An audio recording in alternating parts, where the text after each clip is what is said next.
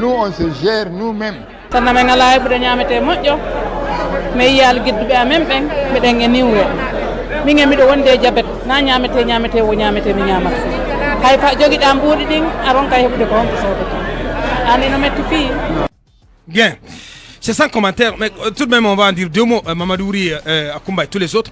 Akoumba, vous êtes intéressés à ce dossier. Nos pèlerins risquent de mourir de faim au l'UEC.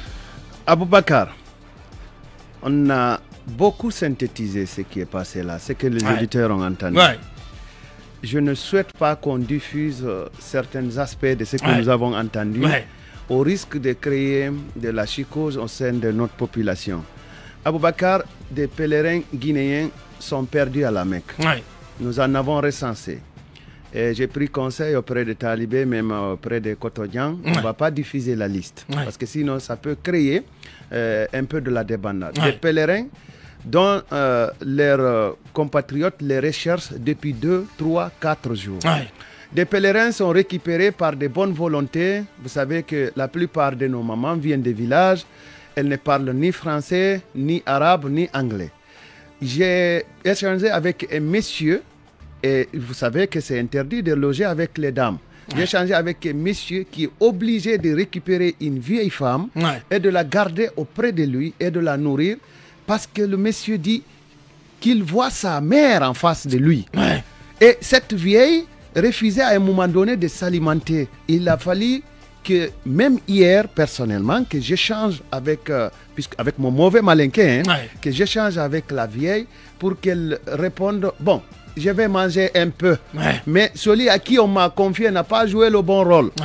Alors, les pèlerins guinéens ou des pèlerins guinéens n'ont pas pu, selon nos informations, faire leur umrah dans le mausolée du prophète Mohammed sallallahu alayhi wa sallam. Très grave. Et Aboubakar, faute d'inscription à ce rituel. Faute de signification à ce rituel. Vous savez, avant, il vous fallait un certificat de conversion pour visiter la tombe. Mais Aboubakar, je rappelle ceci. Est-ce normal que nos pèlerins ne puissent pas accéder à ce mausolée à Médine? La réponse directe, c'est pas normal. D'accord. Alors, qu'est-ce qui se passe? Comment en est-on arrivé à cette situation, Elhadj? Est-ce que vous confirmez que des pèlerins n'ont pas eu accès à ce mausolée, donc n'ont pas sacrifié à ce rituel? Et quelles en sont les raisons? Voilà, c'est ma première nouvelle d'entendre ça, que les pèlerins n'ont pas visité les différents sites. Je viens de communiquer. Des pèlerins, pas tous. Voilà, je viens de communiquer avec mon adjoint qui est là-bas actuellement. Il dit que les pèlerins guinéens ont pu effectuer tous les visites. Mais il faut savoir que actuellement, chaque pèlerin est en train d'expliquer selon sa façon. Donc, ce que mon adjoint vient de me dire tout de suite, je viens de convenir avec lui, il est à Médine. Il a étudié là-bas, il résidait là-bas, il dit que là, ce que je vous dis, pour les pèlerins guinéens ils veulent être encadrés comme un guide, on donne un guide à chaque pèlerin, il reste à côté de lui.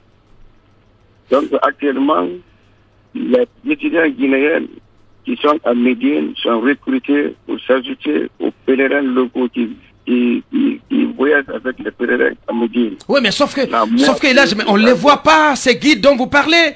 Personne ne les voit. Où sont-ils?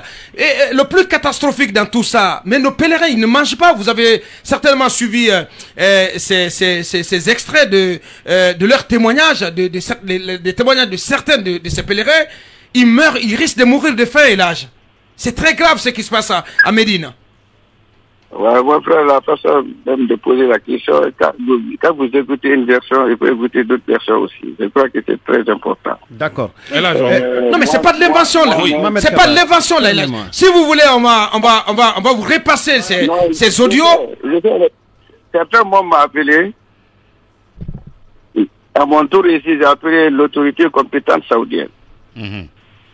L'autorité m'a confirmé, mon frère, l'alimentation saoudienne est différente de votre alimentation. Du fait d'adopter les pèlerins guinéens exceptionnellement différents des autres pèlerins, nous ne pouvons pas adopter ça ici. Depuis que j'étais en Arabie Saoudite, le ministre m'a confirmé cela. D'accord. La qualité d'aliments et la quantité ne dépend pas de la Guinée. D'accord. Monsieur le secrétaire général, permettez s'il vous plaît, Talibé. Monsieur le secrétaire général, nous avons appris des pèlerins qui sont empaquetés entre 5 et 6 par chambre. Est-ce normal parce que vous savez que le Guinéen a une culture de se cacher dans sa chambre? Est-ce normal d'empaqueter des pèlerins entre 5 et 6 par chambre? C'est ma première question. La deuxième question, je vais juste aller parce que vous savez qu'il est difficile de vous avoir. Moi, vous m'avez donné des rendez-vous qui n'ont jamais eu lieu par la grâce d'Allah. C'est pas grave. Ensuite, ma seconde question, des pèlerins. Oui, mais vous m'avez donné un rendez-vous que vous n'avez pas respecté. C'est pas grave, c'est pas grave. C'est par la grâce d'Allah que ça n'a pas eu lieu. Je termine, monsieur. Vous avez bien parlé, ça n'a pas eu lieu. Oui, par la grâce d'Allah. Monsieur le secrétaire général, j'ajoute ceci. Est-ce que... Si vous me permettez... il va le question par question. Ouais. Allez-y. Voilà, donc d'abord, vous pouvez demander n'importe qui en Arabie Saoudite. Les logements que les Guinéens logent aujourd'hui, ça c'est entre 2, 3, 5 étoiles. Ça c'est plus proche à l'activité de la mosquée dont vous parlez.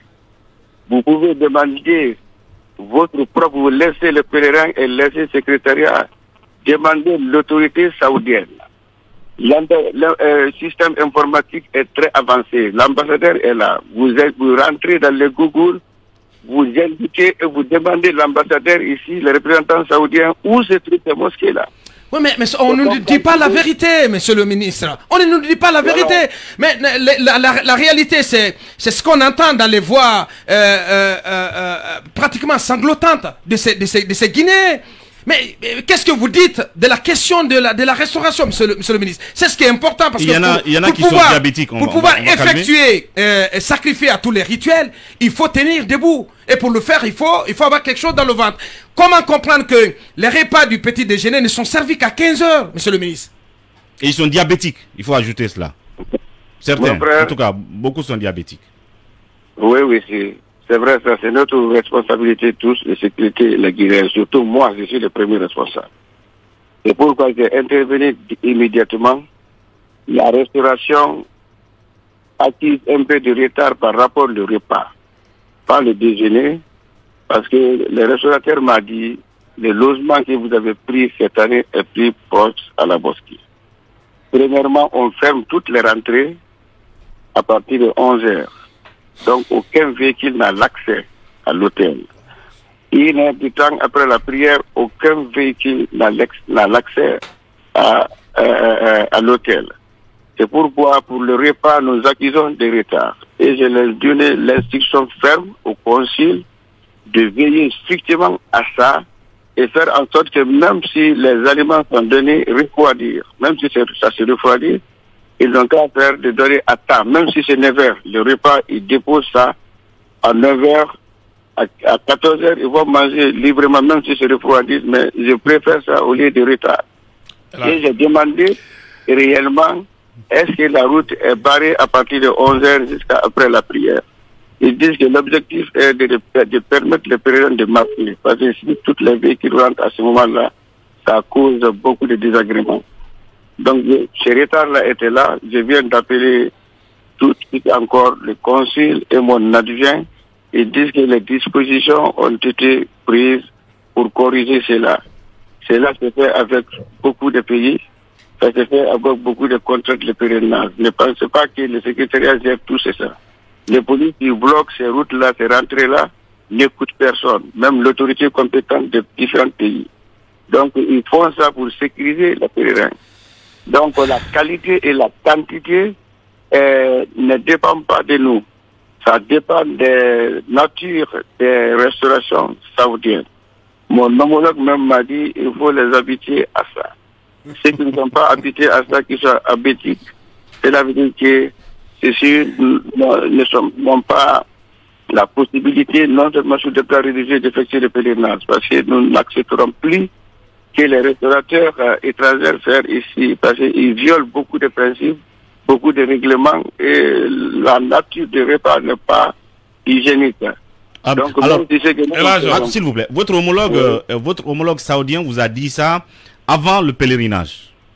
Oui. Alors, sachant que parmi les candidats, il y a forcément certains qui tiendraient à la gastronomie guinéenne sur place. Mais bien sûr. Et qui ont diabète et qui ont tous ces problèmes. Pourquoi vous n'avez pas mis dans le mécanisme en amont un dispositif qui permette à ces gens-là de ne pas partir? Parce que, un, ils sont diabétiques. Parce que, deux, ils tiennent fortement à la gastronomie guinéenne qu'on ne livrerait pas cette année. Vous n'avez pas tenu compte de tout ça avant que les gens n'aillent à la Mecque. Oui. Ouais, vous savez que le secrétariat, bon, ce qui concerne l'état de santé des pèlerins, nous ne compte pas. Et une fois que les différents traitements qu'on soumise, le résultat est venu au secrétariat propre que telle personne peut voyager, nous ne pouvons que l'inscrire. Refuser ceci aussi, vous aurez posé d'autres questions encore. Pourquoi avec certificat, il certifie que tel pèlerin est propre pour faire le pèlerinage, vous l'éliminez. Mais l'autre aspect est là, hein, vous avez oublié ça. Côté santé, laissons ça. La gastronomie. C'est-à-dire que votre homologue vous a dit, cette année, aucune... Pas de restaurateurs étrangers. Pas de restaurateurs étrangers, que ce soit la Guinée, le Nigeria, l'Irlande ou quel que soit le pays. On vous a dit ça déjà. Est-ce que vous avez communiqué pour dire aux Guinéens, on a les radios, on a les télés en langue nationale, pour dire, cette année, il n'y aura pas de malagoulaïn, il n'y aura pas de je sais pas quoi d'autre à la Mecque. Vous allez manger du gâteau et du thé. C'est ce qui sera servi pour que tout le monde sache ça avant de venir prendre les billets pour aller à la Mecque. Est-ce que vous avez fait ça? Oui, on n'a pas fait ça à travers la presse, mais nous l'avons fait avec des pèlerins. Monsieur le secrétaire général, on parle d'un risque d'expulsion de Guinéens détenteurs de faux visas. Qu'est-ce que vous en savez, monsieur le secrétaire général? Oui, merci mon frère. J'ai des photos actuellement sur ma table qui ont été déposées disant que voici les deux personnes qui ont été expulsées de l'Arabie Saoudite. Et avant qu'ils ne soient expulsés, ils m'ont demandé si je peux accorder, l'autorité saoudienne me donne 24 heures, si je peux les accorder un visa. Des visas dans le quota de 2000 pèlerins octroyés au secrétaire général des affaires religieuses, je les refusé et je leur dis carrément que c'est ces gens-là que moi-même je les cherche. Parce que comme ils n'ont pas eu à travers le système d'obtention de visas que j'ai mis en place cette année, un peu très sécurisé par rapport aux autres années, donc ils n'ont pas pu voler directement de notre système, ils ont falsifié d'autres visas et voyagé. Ces voyages, ces procédures de voyage-là ne relèvent pas du tout de notre compétence en tant que secrétaire général des affaires religieuses. Ils sont combien? Combien de personnes sont concernées par ce... J'ai deux personnes qui sont sur ma table pour le moment. Et je suis en train de formuler une plainte à travers mon chef de cabinet à l'intention de police judiciaire afin qu'ils fassent leurs enquêtes très objectives. Ces deux personnes ont déjà été rapatriées? Oui, c'est celui qui a envoyé la photo sur ma table et m'a trouvé absent. Il a donné à mon secrétaire. C'est ça qu'il a dit. Mais on est en train d'envoyer à la police judiciaire pour qu'il alerte. J'ai l'impression que l'information, vous n'avez pas la maîtrise de l'information autour du Hajj. Ce que vous dites, celui qui m'a déposé, qu'est-ce que fait votre adjoint sur place? L'autre question est là, c'est la question de Guy. Il est invisible. L'adjoint est invisible, monsieur le secrétaire général. Il est en Arabie Saoudite, mais invisible. L'équipe médicale qu'il y a là-bas, selon ce que nous avons appris, c'est dire traite les gens avec dédain. Monsieur le secrétaire général, là-bas, on m'a dit qu'on se réveille pour faire la prière du petit matin à 4 heures. Et de 4 heures à 12 heures, les pèlerins guinéens attendent le petit déjeuner. C'est lamentable. Des pèlerins guinéens ont été arrêtés par la police saoudienne avec de faux visas à Médine, a appris africaguinée.com. L'information a été confirmée par le secrétaire général des affaires religieuses, El Hadj Karamo Diawara, qui vient d'ailleurs de s'exprimer. Ces Guinéens partis à la Mecque pour accomplir le Hajj, 5e pilier de l'islam, risquent l'expulsion. Nous avons appris des cas de saisie de faux visas par la police des frontières, mais ceux qui l'ont fait, on va les rechercher. On a déjà les noms de ces détenteurs de faux visas, mais vous serez tous édifiés demain, a brièvement confié l'Hadj Karamo Diawara, qui a été joint au téléphone par africaguinée.com. Interrogé sur le même sujet, le chef de cabinet du secrétariat général des affaires religieuses a donné plus de détails, précisant qu'il s'agit de 2 cas de faux visas qui ont été saisis dans la ville de Médine. Nous avons appris qu'il s'agit de 2 cas de saisie de faux visas. Nous avons vérifié dans notre système, mais nulle part ça n'a été vu. À l'ère de l'informatique, chaque visa a un numéro. Si quelqu'un récupère le visa d'un pèlerin en bonne et due forme et s'en va traficoter cela pour mettre le nom de quelqu'un d'autre, ce qui est possible, mais il ne peut pas enlever tout ce qui est insigne sur le visa. Il ne peut que changer le nom. Le visa a un seul numéro. Quand on entre dans notre système, ici, pour vérifier, on peut facilement déceler le faux. Et c'est ce qui s'est passé. Lorsque ces 2 personnes ont été appréhendées avec ces visas à Médine, on a vérifié dans notre système. Ces visas n'ont pas été produits à partir de notre système. Ça veut dire que c'est juste de la contrefaçon. Quand c'est comme ça, l'Arabie Saoudite est en droit de porter plainte contre ces personnes pour qu'elles désignent qui leur a permis d'arriver là-bas parce que c'est le visa saoudien qui a été traficoté, a expliqué Dr Edouard Sagnou.